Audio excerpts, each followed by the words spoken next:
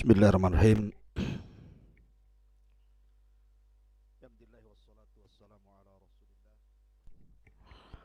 Wa ala alihi wa sahbihi wa mawalah wa la hawla wa la quwata illa billahi wa ba'du.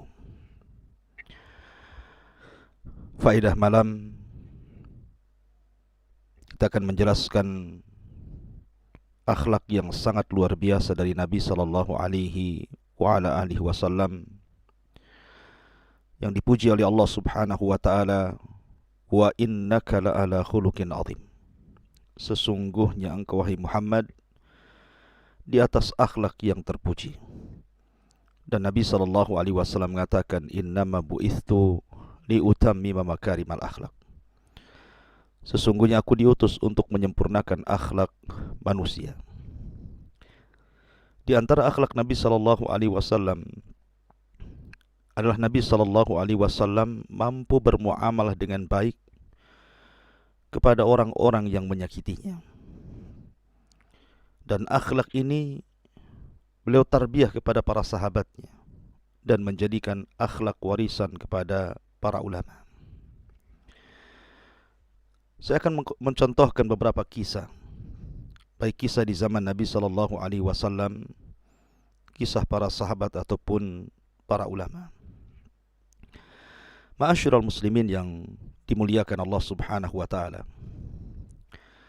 Ketika Nabi sallallahu alaihi wasallam membawa pasukan untuk membebaskan kota Taif, kemudian di tengah jalan melewati Hunain, rupanya musuh-musuh Nabi sallallahu alaihi wasallam membuat makar. Mereka sembunyi di balik-balik pohon dan balik-balik dinding. Ketika datang pasukan Nabi sallallahu alaihi wasallam, tiba-tiba mereka menyerang mendadak. Ada yang melempar tongkatnya, tombaknya, panahnya, dan batunya, apinya, dan begitu seterusnya, sehingga membuat kaget pasukan Nabi sallallahu alaihi wasallam, hampir kocar-kacir dan korat-karit. Dari sini Allah Subhanahu wa taala berfirman, wa yauma Hunain id a'jabatkum kathratukum falam tughni ankum minallahi syai'a wa dhaqat 'alaikumul ardu bima rahubat thumma wallaitum mudbirin. Dan ketika hari Hunain, ketika kalian merasa bangga dengan banyaknya jumlah, tetapi jumlah yang banyak itu tidak mencukupkan mereka, tidak menjadikan mereka menang, sehingga kemudian hati-hati mereka menjadi sempit dan sebagian mereka kemudian melarikan diri.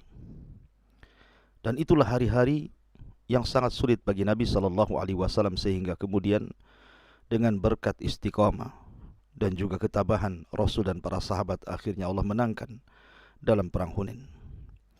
Yang ingin saya kisahkan adalah satu kisah ketika Nabi sallallahu alaihi wasallam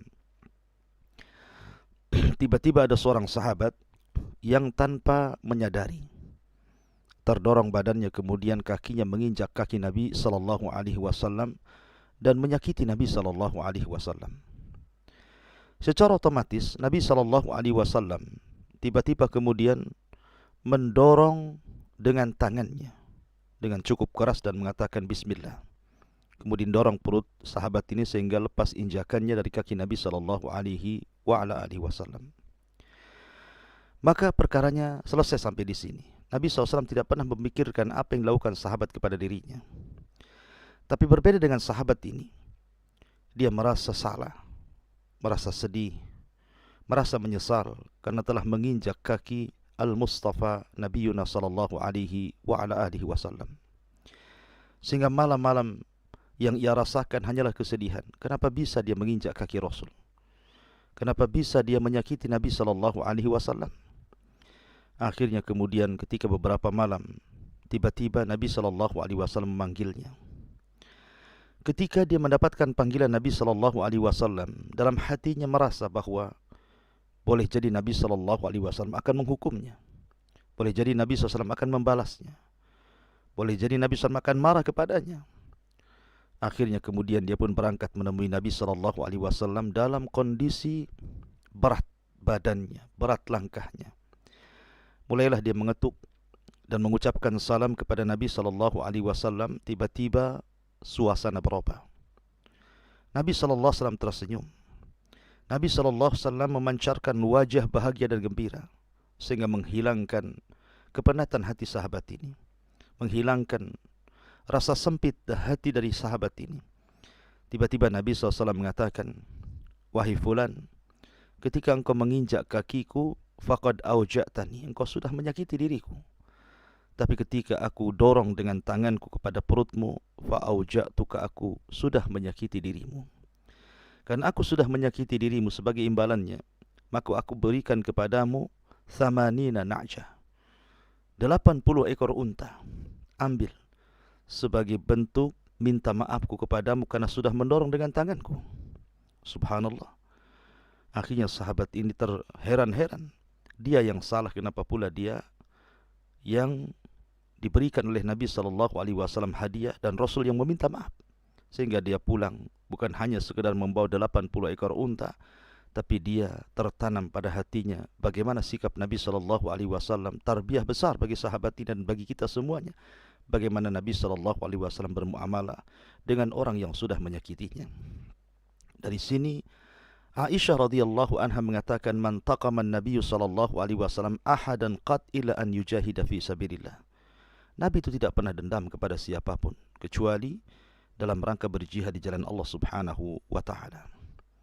Ma'asyiral muslimin yang dimuliakan Allah Subhanahu wa taala, inilah akhlak Nabi sallallahu alaihi wasallam. Suatu ketika Abu Bakar Siddiq radhiyallahu an berada di majelis Nabi.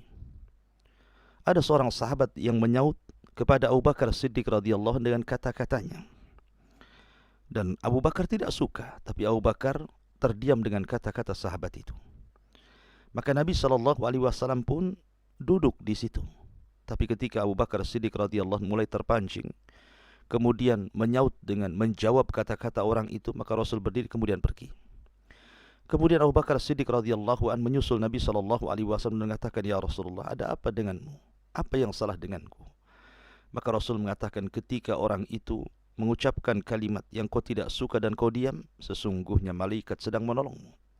Tapi ketika engkau mulai menjawab kata-katanya dengan kata-kata yang sama, sesungguhnya syaitan telah datang dan aku tidak mau hadir di majlis yang ada syaitannya di situ." Lihat bagaimana Nabi SAW mentarbiyah Abu Bakar Siddiq radhiyallahu an. Karena kalau seandainya ada orang yang berbicara tidak baik, kemudian kita lawan dengan yang tidak baik, maka tidak bisa dibedakan mana orang baik, mana orang tidak baik. Itulah yang diajarkan Nabi SAW kepada Abu Bakar Siddiq radhiyallahu an. Abu Ahwas radhiyallahu an datang kepada Nabi SAW, kemudian mengatakan, "Ya Rasulullah, sesungguhnya aku bertamu kepada tamuku. Dia tidak memberikan apapun kepadaku, tidak makanan dan juga tidak minuman. Tetapi ketika dia datang bertamu kepadaku, maka aku jamu dengan sebaik-baik jamuan. Aku beri makan, aku beri minum, aku beri supaya dia kenyang di rumahku. Apakah aku boleh membalasnya ketika aku berbuat baik kepada dia, dia pun bakhil kepadaku? Apakah aku boleh bakhil juga kepada dia?" Maka Nabi SAW mengatakan, "Bal aqri ilaihi," jangan. Bahkan kau tetap menghormatinya. Enggak apa-apa dia bakhil kepadamu, tapi kau jangan bakhil kepada dia. Begitulah akhlak Nabi SAW yang diajarkan Nabi SAW kepada kita. Ketika Abi Sufyan datang hendak masuk Islam, kita tahu Abi Sufyan ini adalah permusuhannya sangat luar biasa dengan Nabi SAW. Menyakiti Nabi SAW dengan lisannya, dengan perbuatannya. Bahkan dia yang memimpin pasukan dalam perang Uhud sehingga kaum muslimin kalah dalam peperangan itu. Ketika Fathu Mekah, dia ingin masuk Islam. Nabi SAW masih teringat bagaimana Abu Sufyan ini menyakiti dirinya dan kaum muslimin. Tetapi Nabi SAW kemudian memberikan maaf kepada Abi Sufyan dan mengutip perkataan Nabi Yusuf alaihi salam, "La tathriba alaikumul yaum yaghfirullahu lakum wa huwa arhamur rahimin." Tidak ada celaan hari ini bagi diriku dan kalian. Tidak ada celaan lagi. Sudah kumaafkan kalian, kesalahan kalian sudah kumaafkan. Semoga Allah Subhanahu wa taala mengampuni dosa-dosa kalian, dan Dia adalah Zat yang Maha Penyayang dari seluruh hamba-hambanya yang penyayang.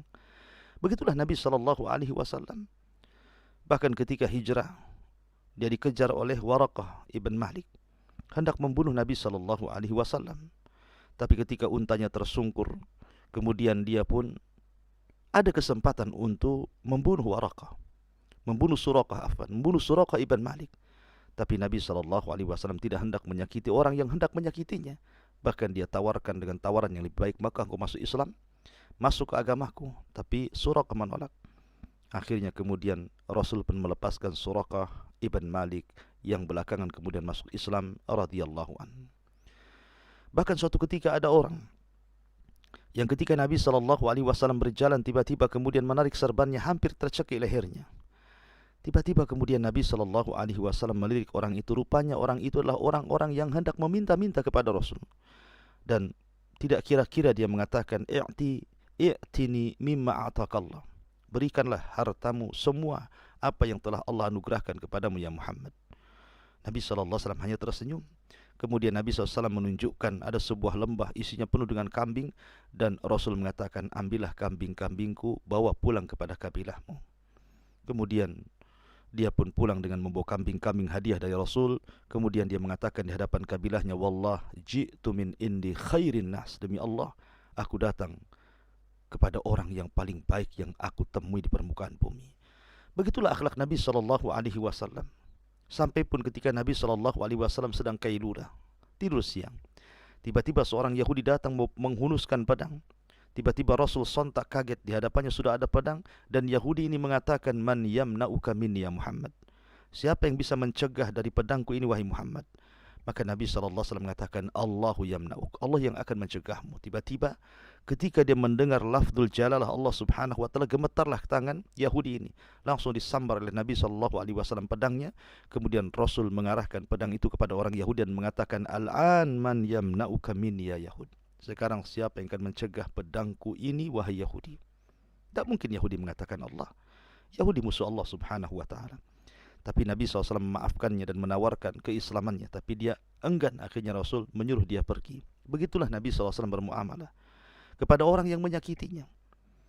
Oleh karena itulah maka Nabi SAW sampai ketika ada orang atau sahabat Nabi SAW datang kepada Rasul dan mengatakan, Ya Rasul, sesungguhnya aku punya kerabat. Aku berbuat baik kepada mereka, tapi mereka berbuat jahat kepadaku. Aku hubungkan silaturahim kepada mereka, tapi mereka mutuskan silaturahim kepadaku. Aku berusaha untuk memuliakan mereka, tapi justru mereka menghinakan diriku. Kemudian Nabi SAW mengatakan, tidak mengapa, sabarlah engkau dengan kerabatmu yang seperti itu. Hakikatnya Allah Subhanahu wa taala sedang memberikan pertolongan kepadamu. Begitulah tarbiyah Nabi SAW kepada para sahabat. Sehingga menjadi sebuah akhlak yang mulia bagi para sahabat bagaimana bermuamalah dengan orang yang menyakiti mereka. Karena memang Nabi SAW adalah sosok pemaaf, mudah memaafkan orang lain. Dan itulah akhlak Nabi SAW. Itulah kasih sayang Nabi SAW. Itulah kemuliaan Nabi SAW. Makanya para ulama mengatakan akhlak itu terbagi menjadi tiga. Pertama, kaful adha, wabadlun nada, kemudian watalaqatul wajhi. Akhlak itu adalah badlun nada, berusaha untuk menolong orang. Wakaful adha, berusaha untuk sabar dari orang yang menyakiti anda dan berusaha untuk tersenyum kepada saudara anda. Ma'asyiral muslimin yang dimuliakan Allah Subhanahu wa taala. Bahkan akhlak ini juga merupakan warisan para nabi, warisan Nabi SAW yang kemudian diadopsi oleh para ulama. Al-Imam Asy-Syafi'i rahimahullahu taala suatu ketika berwudu. Al-Imam Asy-Syafi'i rahimahullahu taala, Ibrahim ibn Adham radhiyallahu rahimahullahu taala suatu ketika berwudu. Kemudian datang orang Yahudi dan mengatakan, Asyhadu anna lihiyataka, sesungguhnya aku bersaksi bahwa janggutmu wahai Ibrahim ibn Adham adalah lihiyatul munafik, adalah janggutnya orang-orang munafik. Maka Ibrahim ibn Adham mengatakan, kalau seandainya dengan janggutku Allah Subhanahu wa taala masukkan aku ke sorga, maka engkau sangat merugi. Tapi kalau seandainya Allah masukkan janggutku ke neraka, engkau sangat beruntung. Kemudian dia pergi tanpa melayan. Begitu juga Imam Syafi'i rahimahullahu taala. Ketika ada orang mengatakan wajahmu adalah wajah munafik, wajah pendusta, maka Imam Syafi'i mengatakan, in kana qauluka haq, kalau memang perkataan in kana qaulukal haq, kalau perkataanmu itu benar, faghfir li ya Rabb, ampuni dosa-dosaku. Wa in kana qauluka kadhib, tapi kalau perkataanmu dusta, ya, maka faghfir laka, semoga Allah Subhanahu wa taala mengampuni dosamu. Subhanallah, akhlak yang luar biasa. Bahkan Umar bin Abdul Aziz rahimahullahu taala, cucu daripada Umar bin Khattab radhiyallahu an, khalifah kaum muslimin, suatu ketika dalam kegelapan dia menginjak salah satu dari budaknya. Budak ini tidak tahu kalau yang menginjaknya adalah tuannya. Dan Khalifah Umar bin Abdul Aziz tiba-tiba dia mengatakan, amajnunun anta, apakah kau gila, katanya.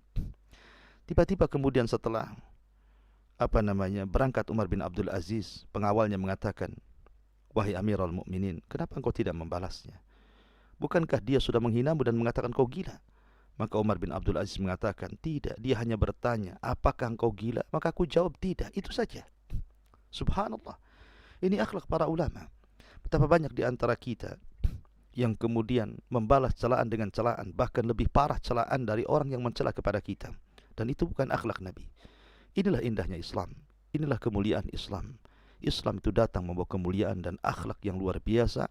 Dan Nabi SAW sangat dipuji oleh Allah Subhanahu wa taala, wa innaka la'ala khuluqin azim. Dan engkau di atas akhlak yang sangat terpuji, wahai Muhammad. Mudah-mudahan kita bisa mencontoh akhlak Nabi sallallahu alaihi wasallam. Subhanakallahumma bihamdika asyhadu an la ilaha illa anta astaghfiruka wa atubu ilaik. Allahu ta'ala alam. Assalamualaikum warahmatullahi wabarakatuh.